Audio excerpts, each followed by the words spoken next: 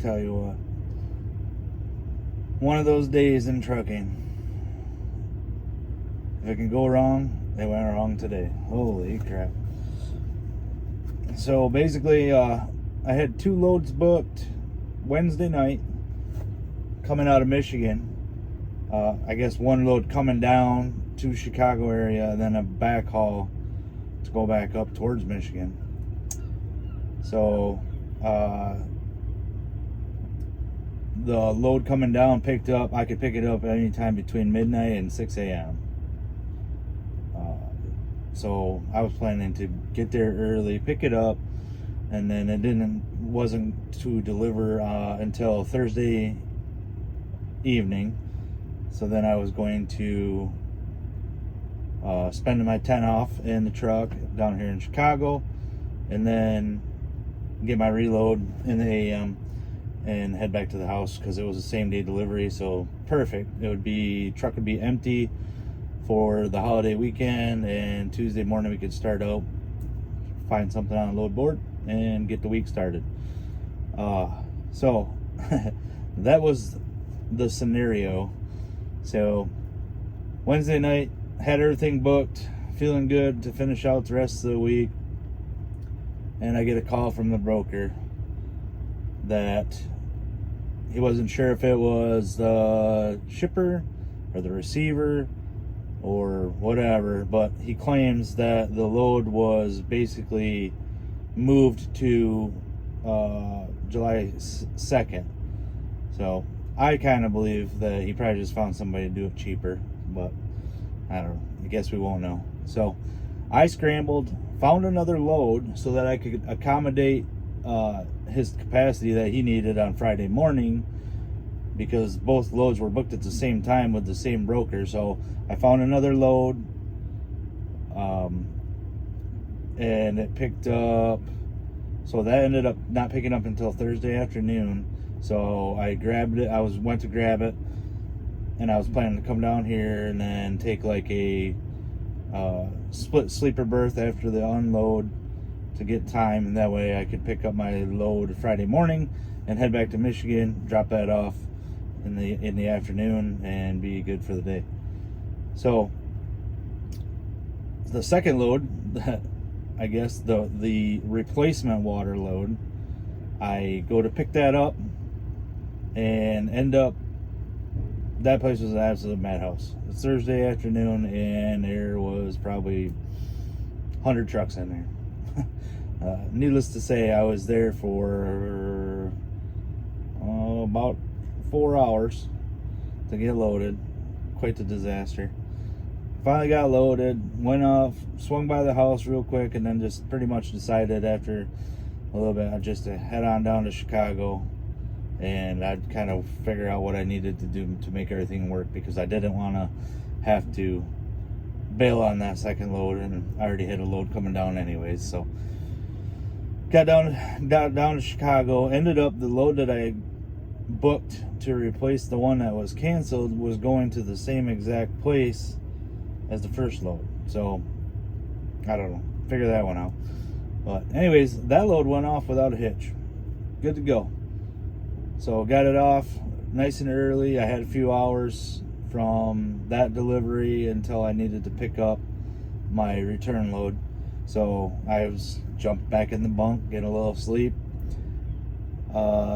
Scheduled to pick up at 11:15 a.m. and the broker calls me and says that he needs a picture of the trailer for the shipper and to be approved to load.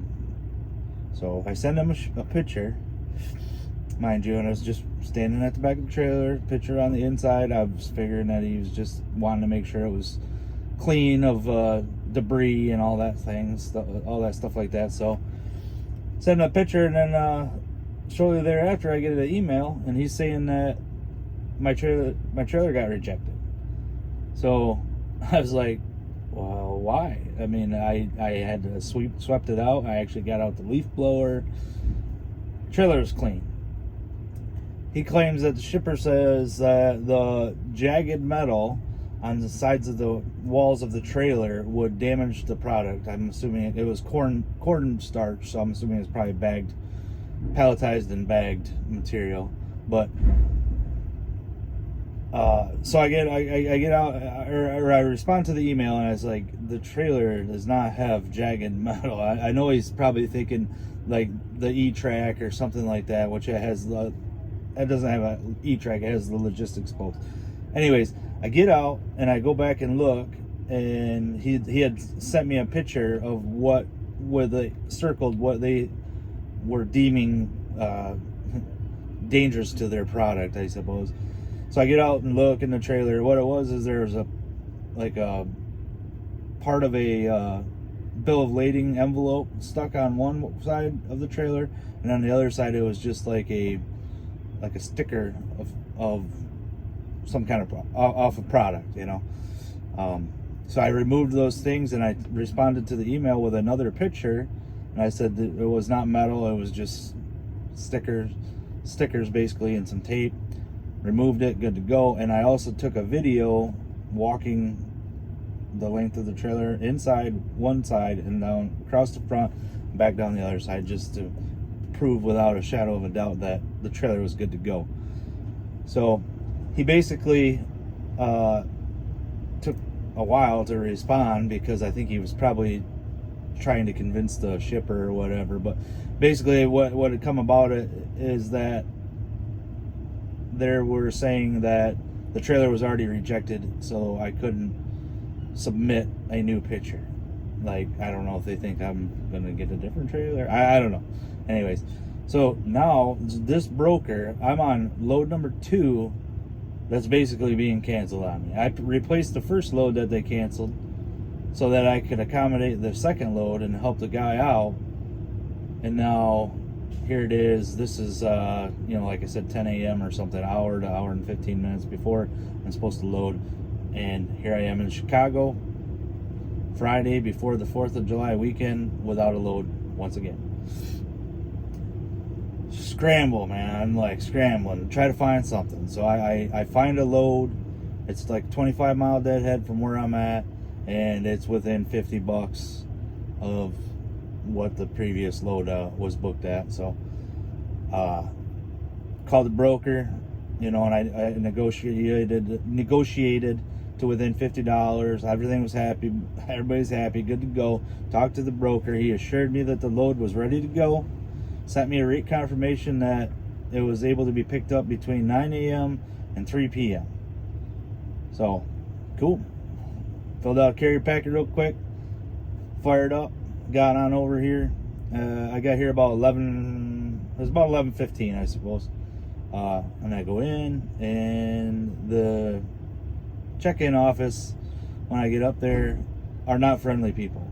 This guy is something. It is something. I get it. Everybody's stressed at the moment with freight in general, just because you know, they got staffing issues in the warehouse and whatever. I get that, right?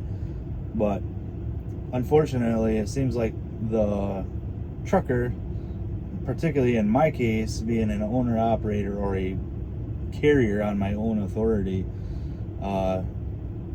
sometimes I don't think people take into consideration that the loss of revenue, the fuel for added deadhead, all them things affect me, my bottom line, in a huge way.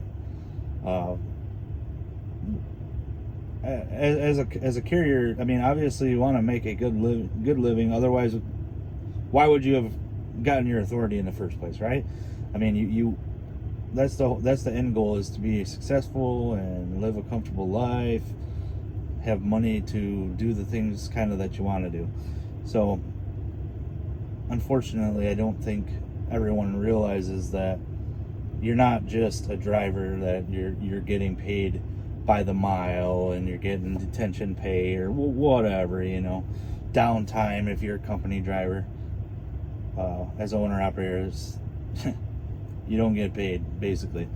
So I called the broker back, and I said, you know, this load was supposed to be ready to go. They're telling me now that the appointment time is not till 4 o'clock. So now, I mean, by the time I had discussed all this with the clerk there at the office, we're pushing on 11:30, 11:45, somewhere in that area. And like I said, Friday, 4th of July weekend, freight unload boards is getting very, very thin at this point. So I negotiated with the broker. He wanted to not allot me detention time until 2 hours after my appointment time, which is now they're claiming 4 o'clock. But I was reminded him that he assured me the load was ready to go and pick up between 9 and 3 o'clock. So that wasn't going to work for me. So we negotiated that I would get paid downtime or detention from 1:15 until I get out of here. $30 an hour, which I think is crap too. My equipment is worth more than $30 an hour. But anyways, I was kind of running out of options. So whatever, jumped in the bunk once again, get a little more sleep. Come about 3:15 or so, I woke up, had to use the restroom. So I decided to go inside and see where we were at on the deal, see if there was any new information. So I go inside. The not so nice man that I talked to in the morning was still there, unfortunately, and he was leaving for the day. Excuse me. And he automatically or instantly goes on the defensive, claiming that he thought I had told him that I was leaving. And I said, I never told you I was leaving. I said I would let you know if I was going to leave, if I could find something else on the load boards or whatever. And obviously that didn't work, so I just decided to stay since I was getting a little bit of detention pay. So we had another colorful conversation. I was trying to be as polite as possible, but we ended up getting the manager involved. And so basically what he was saying is that my load is one grocery chain that is predominant in the Midwest area, and then they also accommodate a very large grocery chain that is nationwide, and that grocery chain took precedent over my grocery chain, because basically I think the warehouse makes more money on it or whatever because they expedite those trailers. So he was claiming that they didn't have the staff to fulfill my load that I was booked on. So here it is. It's 3:30 in the afternoon now on a Friday, 4th of July in Chicago. And basically he's telling me that they're not going to do my load. That I'm just screwed. So once I get the manager back out of there, and he ends up leaving, and I'm talking to the next lady, and I think she's just a little bit overwhelmed because she come in on second shift and was already braided or whatever, had a number of drivers confronting her right away because they're having some of the same issues that I am. So she was not necessarily helpful, because I think she just didn't want to deal with it, essentially. So anyways, the manager goes supposedly into the computer and claims that my trailer my load is already a 74% of full capacity, and they had their best selector and their fastest loader was on second shift. So she assured me that they were going to get my load done today. And I asked her blatantly, I said, hey, is the load going to be done tonight before you guys leave? Because if it's not, tell me now. Don't even put anything on the trailer, because I will deadhead home before I sit in Chicago over the weekend on a holiday. And she assured me that it would be ready to go before they went home tonight, which I say tonight, but it's tomorrow, because they're here till 1 o'clock, and I'm pretty sure I'm going to be here till 1 o'clock as well. So anyways, here it is. It is currently 5:41, and I have been here since 11:15 a.m. Not a single thing on the trailer yet, and I don't know. Maybe there will be, maybe there won't. Maybe I'll be hauling that infamous sailboat fuel home at some point tonight. At this point, I'm leaning towards, I wish I kind of would have did that hours ago, but now that I'm so far into this, I will have a 10-hour reset before this thing's loaded. Whatever. Spend a little more time in the truck, and then drop it off in the morning. So we'll see what the receiver's like tomorrow. But anyway, that's kind of my day or past couple days. It's absolutely insane what's going on out here with freight. It's crazy deal. But thanks again for watching. As said, I'm hoping to bring you some more interesting content. Not that dry van's not interesting. I know there's a lot of guys that do that, but I am going to, like I said, start to pull the walking floor trailer, hauling some string beans, which I think that'll be cool because that'll be my first time hauling a walking floor, and it's 8 axle, so we'll have some pretty cool scale tickets to share with you. But so we'll be doing the walking floor, and more than likely I'll be probably pulling my dump trailer again here real soon, probably next week, because this dry van market is, I don't think it's for me. But all right, I appreciate it. Thanks for watching, guys. We will see you on the next one. I feel stuff going on the trailer. It's only 6:05. Maybe this is gonna work out. I'll keep you informed.